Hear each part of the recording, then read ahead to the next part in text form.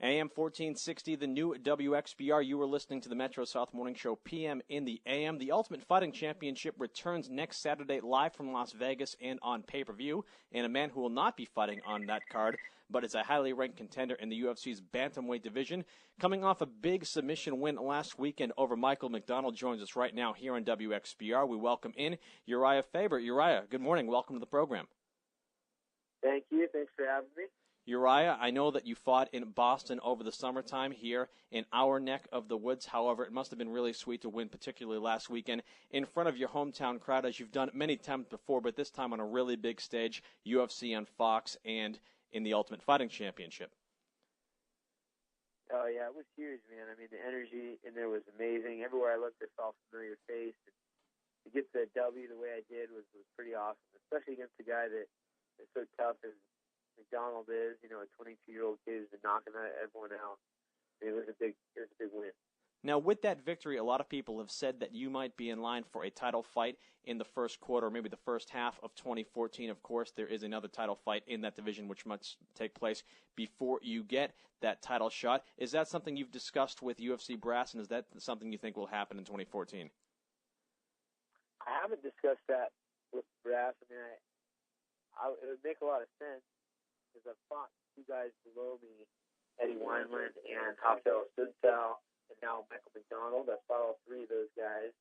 I do feel Eddie Wineland and Rafael both made big improvements since I fought him, so those are good fights as well. But this makes sense. I don't know who would get the shot over me.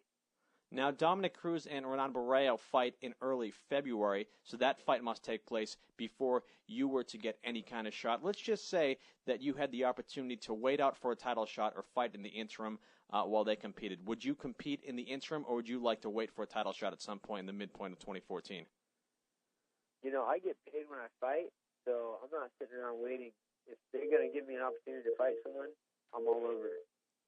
Now, we take a look at UFC cards nowadays, and you see a lot more weight divisions than you saw, say, 5 years ago. You see females fighting in the UFC, which is something you didn't see as recently as just a few years ago. Do you feel somewhat responsible for diversifying the UFC from a weight perspective? Because there was a time when anyone below the 155-pound weight division was never going to get a crack in the UFC, and it was guys like you who made a noise in the WEC and other organizations that really got it rolling for guys like that to get on TV.